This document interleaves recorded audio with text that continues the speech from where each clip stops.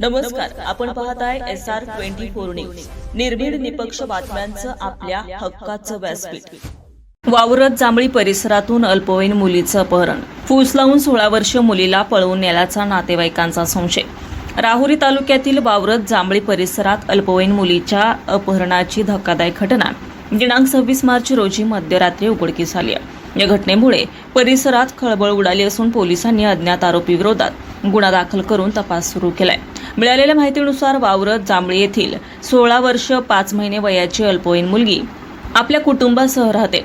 दिनांक 26 मार्च 2026 रोजी रात्री कुटुंबातील सर्वजण जेवण करून झोपले होते. मध्यरात्री सुमारे 12 वाजेच्या सुमारास मुलीच्या वडिलांना जाग आली असता मुलगी घरात नसल्याचं त्यांच्या लक्षात आलं. त्यानंतर कुटुंबियांनी मुलीचा घराजवळ तसेच परिसरात शोध घेतला, मात्र ती कुठेही आढळून आली नाही.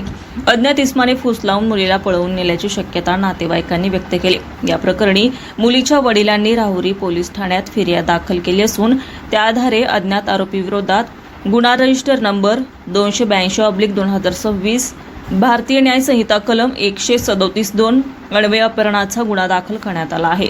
या घटनेचा पुढील तपास पोलीस निरीक्षक संजय ठेंगे यांच्या मार्गदर्शनाखाली पोलीस हवालदार विकास वैराळ करत आहेत. SR24 न्यूजसाठी रमेश खेमनरसह सोमनाथ वाघ, राहुरी.